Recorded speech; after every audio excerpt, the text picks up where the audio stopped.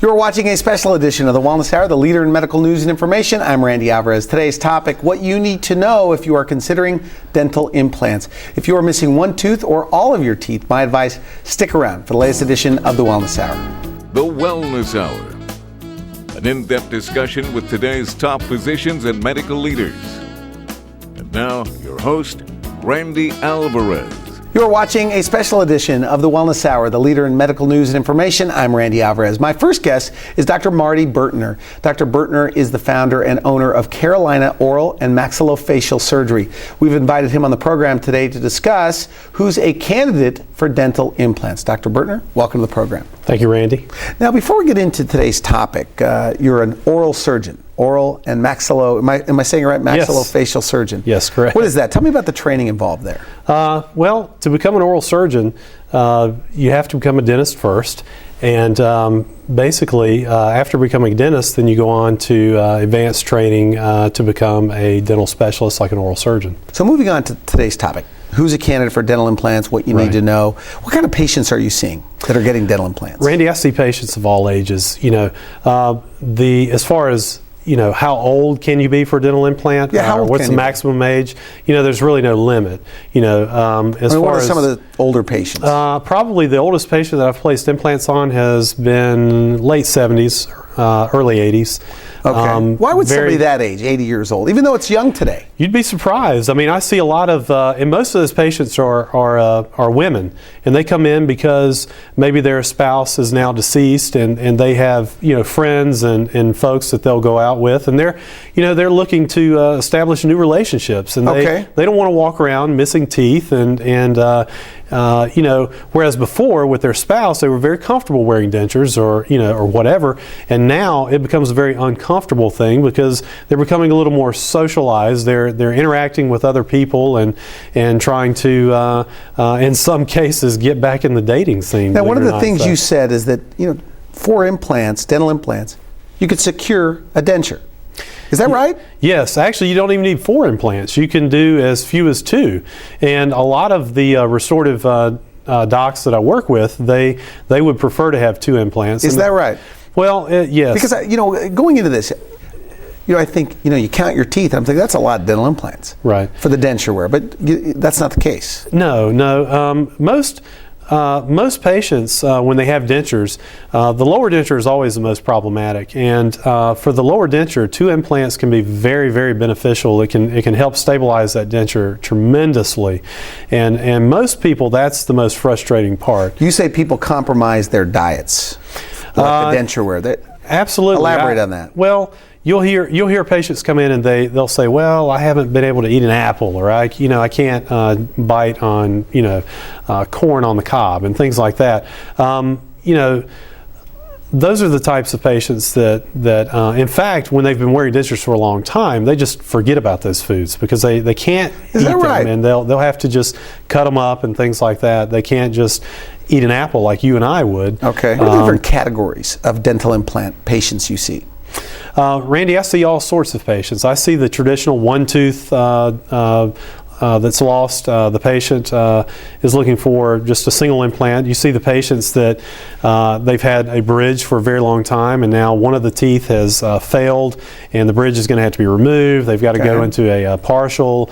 And then there's the folks that they've had all of their teeth, and now for some reason, due to decay or periodontal disease, they're going to lose their teeth, and their dentist has basically condemned the teeth, and they can't accept the fact that they've got to go into a denture. So they have to make a decision between a denture and dental implant. Right. Okay. And then you have the patient that's been wearing dentures for many years, and they get to the point where they've lost bone, the dentures don't fit anymore, they become very frustrated, and they're looking for something to make their denture experience easier and able to live a normal life and eat a normal diet. My mother, anticipating this interview, talked to her about this, and she's 73. She's been wearing dentures since she was 28. She says, Randy, I told her, because on the phone you say that 70 is not, is a candidate, and she says, I'm too old for dental implants. Is that a common thing you hear, or perception out there that? Not really. I mean, as far as age goes, I really don't have patients coming in and saying, am I too old for dental implants? they don't want to accept they're not old. They're ready. They're going to live forever. They want dental implants. They don't want to compromise anything. But in your mother's situation, what has happened is when you're missing your teeth and you're wearing dentures for a long time, you tend to start losing bone and you lose that denture support, and they become very frustrated. So if she's been in dentures that long, do you think she could still be a candidate? Absolutely. Yeah, because in a lot of cases, there's still adequate bone to be able to place enough dental implants to give her some support. And if there isn't, then you can do things like bone grafting and things like that to build up enough bone for the dental implants. So backing up to the one tooth. Yes. Why would somebody with just one tooth want to go with a dental implant as opposed to traditional dentistry? Right. And as you can imagine, most patients that lose one tooth, they're probably some of the younger patients. And this is the start of something that they see as very dramatic. Oh my gosh, I've lost a tooth. What am I going to do?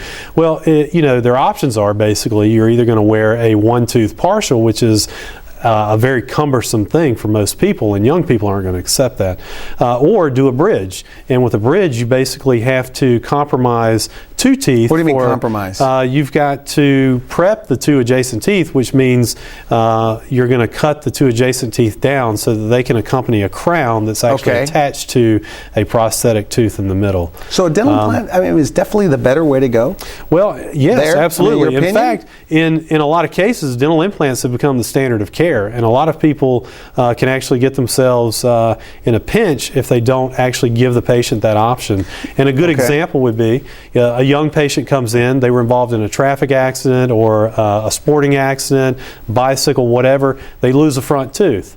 They have no fillings in any of the front teeth. They come into the dentist, and the dentist doesn't give them that option for a dental implant. That's not good. Do you hear that, by the way? They say, "How come never?" I was really never offered. Occasionally, I think it's getting better. So nationwide, I think it's getting better. A lot of dentists are becoming more in tune to dental implants now.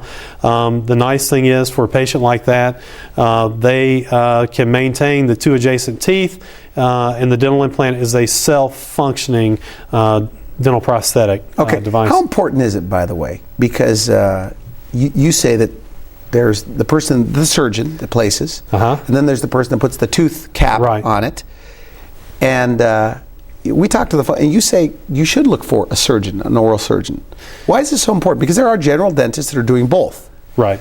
So tell us about that. I think that in most cases, do you have a bias? You think, hey, they should go to an oral maxillofacial guy? Well, I do, of course, because I am an oral surgeon, but I think that when you have someone that's trying to do everything, it's hard to be good at everything. And when you talk about someone that restores dental implants, because what does that mean, restore? Restore means building a tooth on top of the implant. The implant is basically a screw that's made out of titanium that goes down in the bone, and it seems pretty straightforward, though, by the way, putting in a dental implant. Is it? Yeah, when you look at it, the basics, you could train anybody to screw in a dental implant in the bone. It's, a great analogy is you can drill a hole in a piece of wood and put a screw in. When you look at it from that standpoint, it's not much different. But where implants become very critical is the way that the teeth function together, the way they fit together. The implant has to be in the perfect position. If you get a bad dental implant placement, then the whole case is shot. Is that right? Does that Absolutely. happen? It does. It does. Do they end up back in your lap? I've had patients come in where they've gone and they've had dental implants placed elsewhere, and the implant has either failed or it has... What does that mean, failed? Fail means you lose the implant. You lose the screw. It doesn't fall out, but you end up losing bone around the implant and you start having problems. If the implant is not placed correctly or restored correctly, then you can run into those problems. And that's why I think it's important to, implants should be a team effort. And usually it is. With the general dentist, you say? Absolutely. You've got to have a restorative dentist and you've got to have a surgeon. The surgeon is the person that's going to actually do the surgery to place the implant, and they're usually going to work hand in hand hand with the restorative dentist. A lot of times the restorative dentist When you say restorative dentist, they're the one putting the tooth. They're the one Okay. building the tooth. The restorative dentist is the general dentist that's going to be building the tooth. A lot of times they'll work hand in hand with the oral surgeon from the standpoint that they'll even make a model of what they want that final tooth to look like, and you have to go by that and place the implant so that he can indeed reproduce that. A lot of the general dentists that are out there placing their own dental implants, a lot of them are very, very good at it because they've been doing it a long time. But I think that when you have kind of a team effort going on,